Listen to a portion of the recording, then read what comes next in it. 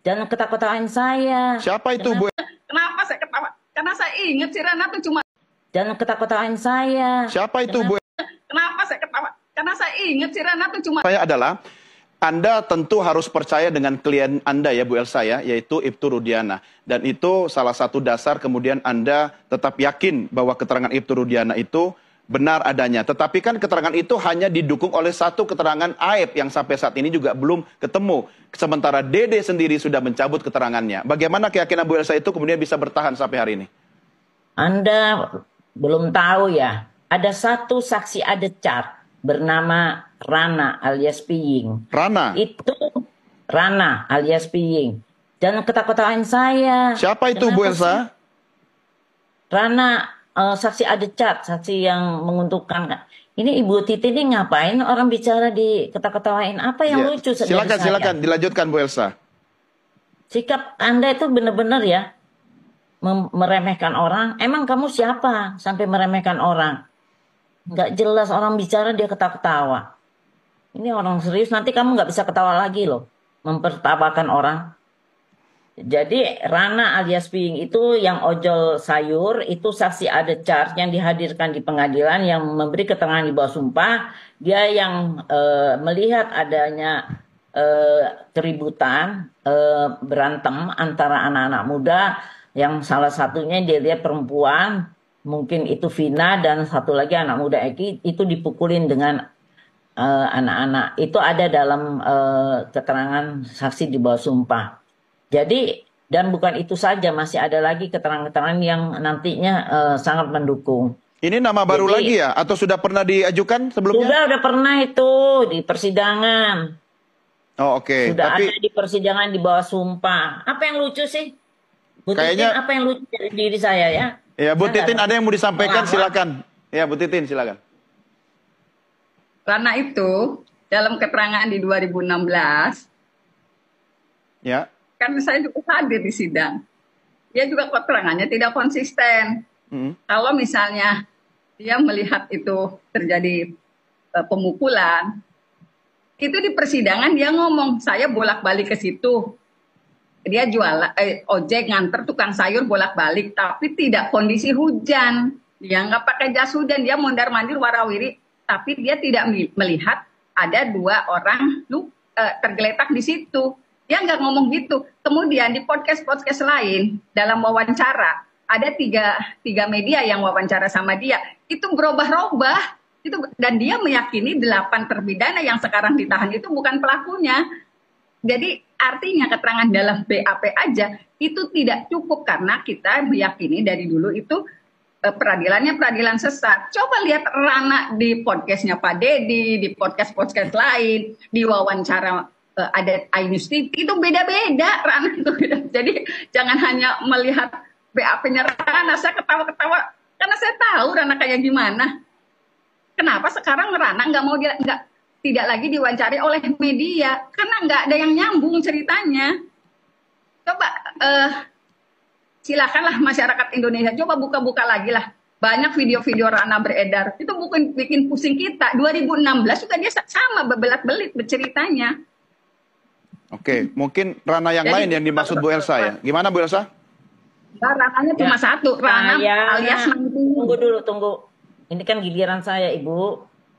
Saya katakan Rana keterangannya bukan, dia tidak karena saksi adecat, dia tidak pernah di BAP. Saya ambil keterangannya di dalam putusan. Keterangannya itu dalam putusan yang mempunyai kekuatan hukum tetap. Jadi saya pegang itu. Saya nggak pegang podcast, yang lain-lain ya. Selama putusan itu masih tetap mempunyai kekuatan hukum tetap, itu yang kita pegang. Jangan ketawa-ketawa, kita ahli hukum. Kok jadi ngomong di podcast? Itu kan tidak resmi. Ya terserah deh, kalau memang saya bicara itu lucu, nggak tahu apa yang menjadi kelucuan dari Ibu Titin.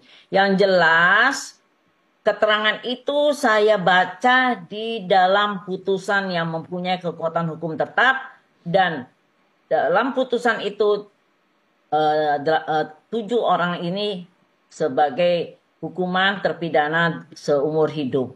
Kan baru proses pengajuan PK, belum jelas apakah diterima atau ditolak kan masih belum jelas. Jadi kita masih berpegang kepada putusan inkrah. Wah, saya merasa terhina dengan ketawa-ketawanya mempermalukan, mengejek saya ya. Ya, tapi Bu Elsa. Assalamualaikum warahmatullahi wabarakatuh. Apa kabar kawan-kawanku semuanya? Semoga sehat selalu dirahmati Allah dan juga diberkahi Allah, dan tentunya aku doakan rezekinya semoga diberi kelancaran oleh Allah Subhanahu wa taala. Amin Allahumma amin. Dari video tadi ya, itu ada adu argumen perdebatan antara Bu Elsa Sharif dan juga Bu Titin. Jadi Bu Elsa Sharif adalah pengacara dari Ibtu Rudiana, kalau Bu Titin menjadi pengacara dari ke-7 terpidana yang sekarang yang mengajukan PK. Jadi di situ Elsa Sharif menjelaskan, ya, Anda nggak tahu ya, kami itu punya saksi yang lain. Nah, jadi kan emang persaksian aib ini kan sekarang kan sudah melemah guys ya. Karena apa? Dulu kan ada tiga saksi mahkota, itu Aib, Dede, dan juga Liga Akbar. Nah, sedangkan Liga Akbar dan juga Dede sudah mencabut keterangannya.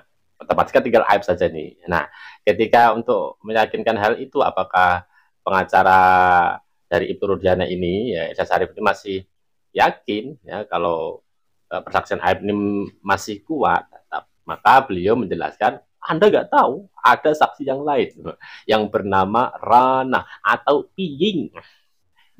Elsa Sharif menjelaskan bahwa Piying ini adalah melihat perkelahian atau mungkin ya pemukulan dan sebagainya yang dilakukan oleh segerombolan orang, yaitu yang 8 terpidana itulah.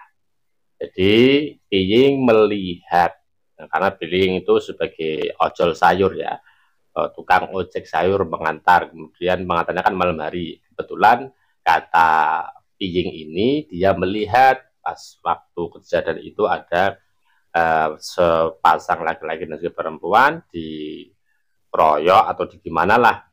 Itu menurut pengakuan dari Piying yang disampaikan oleh Elsa Sharif, dan itu pun telah mempunyai kekuatan hukum tetap, artinya inkrah. Dan inkrah inilah yang dibuat patokan oleh Elsa Sharif, meskipun kenyataannya kayak mana, pokoknya inkrah gitu aja. Nah, dan uniknya ketika Bu Titin mendengar keterangan dari Bu Elsa bahwa mempunyai saksi yang lain yang disebut Rana atau Piying, ini Bu Titin langsung ketawa guys, nggak bisa nahan ketawanya. Nah, kemudian apa yang menjadikan Bu Titin ini kok ketika mendengar nama Rana disebut oleh Elsa Sharif ini kemudian Bu Titin ketawa guys ya? Apa yang menjadikan Bu Titin ketawa? Nah, maka dari itu kita langsung aja lihat video selanjutnya. Bu Elsa, saya boleh tahu dong apa isi keterangan resmi lengkap Rana yang menurut Anda tadi itu merupakan keterangan resmi? Iya, dia menjelaskan di dalam itu kan saya baca baca dari putusan itu. Kan itu yang ngetik adalah pasti panitera. Di dalam putusan itu menjelaskan bahwa pada jam itu dia biasa ngangkat sayur, dibawa ke pasar, dan dalam perjalanan itu dia melihat ada gerombolan anak-anak. Ini kan kalau saya bacain orang berkasnya ada di kantor ya.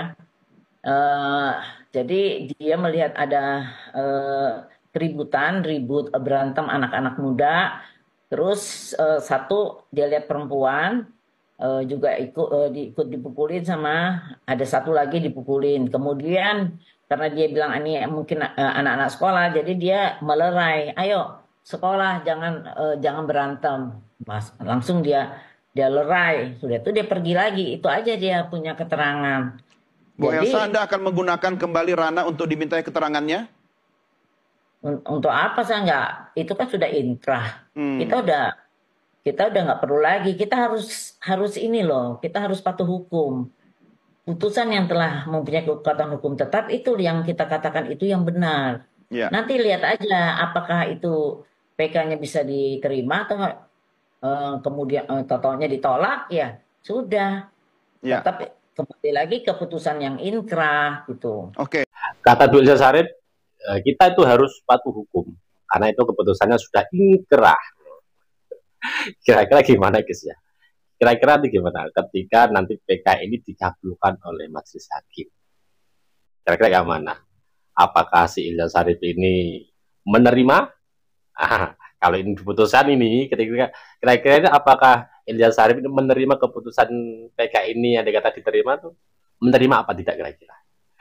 Padahal dia sering gembar-gembar loh, keputusannya sudah ingkrah, sudah diputuskan, mempunyai kekuatan hukum tetap. Kira-kira seperti apa ketika PK ini nanti diterima? Ke-8, ke-7 terpidana bebas. Kita tunggu nanti ya. Kok sampai keterangannya kok bilang apa itu namanya itu menolak, gak terima. Kalau PK ini terima berarti dia gak konsisten. Iya, karena tadi kita harus mematuhi hukum, karena mempunyai kekuatan hukum ingkrah tadi. Ya, pertanyaan begini, ketika nanti PK ini diterima, apakah dia nanti juga menerima? Kita tunggu nanti ya seperti apa ya. Oke, baik. Bu Titin, karena ini dasarnya adalah keputusan ingkrah, artinya yang Anda sampaikan tadi Bu Titin bahwa keterangan Rana itu suka tidak konsisten, itu artinya tidak perlu dikhawatirkan dong? Begini, Rana itu di dalam persidangan 2016, dia hanya melihat 2 orang. Dia melihat ada 1 orang perempuan dan laki-laki di motor, kemudian ada 2 orang yang menghampiri. Tahu nggak yang ditunjuk Rana siapa? Waktu itu majelis menyatakan, kira-kira orangnya seperti apa? Yang dia tunjuk Sudirman sama Saka. Jadi kenapa saya ketawa? Karena saya ingat si Rana tuh cuma nunjuk Sudirman sama Saka. Karena itu memang saksi itu dihadirkan oleh keluarganya Hadi. Ada di dalam putusan, saya mengenal Hadi, saya mengenal keluarga ini. Tapi dia tidak mengenal Sudirman sama Saka. Jadi saya kenapa ketawa? Karena awalnya Rana itu dihadirkan untuk meringankan yang 5 terdakwa waktu itu. Maka ditunjuklah Saka dengan Sudirman di persidangan yang tahu saya. Itu dasarnya Bu Titin ketawa-ketawa ya? Ya ketawa karena memang Rana tuh dulu nunjuk Sudirman nih pelakunya ini. Iya, maksud saya bukan ketawa karena lucu, tapi karena Anda sendiri ada di persidangan begitu, jadi ingat peristiwanya begitu ya? Jadi ingat Rana tuh saya ketawa. Makanya di podcast yang katanya kalau tidak nggak peduli podcast, di kesaksian tuh cuma 2 orang yang dia lihat, yang dia tunjuk Sudirman sama Saka karena itu klien saya. Oke. Coba baca dulu deh, baca lagi BAP-nya. Yang dia lihat cuma 2 orang kok, nggak segerombolan. Iya, Bu Elsa. Nah itu tadi guys alasan Bu Titin ketawa dengan apa yang diomongkan oleh Ilyas Sarip ketika menyebut saksi yang dianggap kuat yaitu Rana atau Pijing. Oh ternyata Bu Titin itu mendengar langsung di persidangan bahwasanya Rana ini melihat 2 orang, bukan 8 atau segerombolan, bukan, melihat 2 orang yang ditunjuk itu ya Sudirman sama Saka. Nah, kenapa kok Bu Titin langsung ketawa lagi ya? Ya karena si Rana itu waktu 2016 dihadirkan tujuannya itu untuk meringankan para terdakwa, yaitu Hadi, Sudirman dan sebagainya, itu untuk meringankan, dan dia itu dihadirkan oleh keluarganya Hadi untuk membela para terdakwa. Oh kayak gitu ternyata. Itu unik juga ya. Tujuannya membela malah sekarang ini. Tapi unik banget nah. Maka Bu Titin menyampaikan, Rana ini memang keterangannya berubah-ubah. Nah, maka ketika keterangannya berubah-ubah itu mereka banyak media yang tidak mau meliput lagi ya karena itu tadi tidak konsisten dengan keterangannya. Beda kalau mungkin dia konsisten, pasti banyak media yang menghampirinya untuk mencari. Maka pada intinya si Rana ini pada 2016 itu mengaku ya melihat 2 orang bukan segerombolan. Maka dari itu Bu Titin menyarankan untuk Bu Elsa baca lagi BAP-nya. Baca lagi Bu Elsa, BAP-nya dibaca lagi. Ya artinya kalau Bu Titin sampai menyarankan untuk membaca lagi BAP-nya, ya mungkin Elsa ini membacanya nggak semuanya mungkin ya. Mungkin sih, tapi nggak tahu juga sih. karena berbeda pendapat nih. Ya kalau Bu Titin mengatakan apa itu di BAP juga ada, dan itu ya di persidangan ya ada, ya otomatis ya keterangannya itu sudah tercatat semuanya, keterangan si Rana ini. Nggak tahu kalau Bu Elsa ini apakah membaca keterangan yang disampaikan oleh Bu Titin atau tidak. Yang penting kalau Bu Elsa, yang penting sudah ingkrah, itu aja sih. Sudah ingkrah. Nah, kalau sudah ingkrah kan harus patuh. Ya benar juga sih Bu. Tapi kalau peradilannya sesat, ya gimana? Kasihan dong. Ya kalau peradilannya itu sesuai, oke lah, tak apa-apa. Tapi kalau peradilannya tidak sesuai dengan kenyataannya, kan kasihan yang masuk penjara, kan gitu. Gimana kalau hal itu terjadi kepada keluarga kita? Bahaya, guys. Silakan guys, komentar aja. Seperti apa komentar kalian? Komentar yang bijak ya, oke. Komentar yang bijak. Terima kasih. Assalamualaikum warahmatullahi wabarakatuh.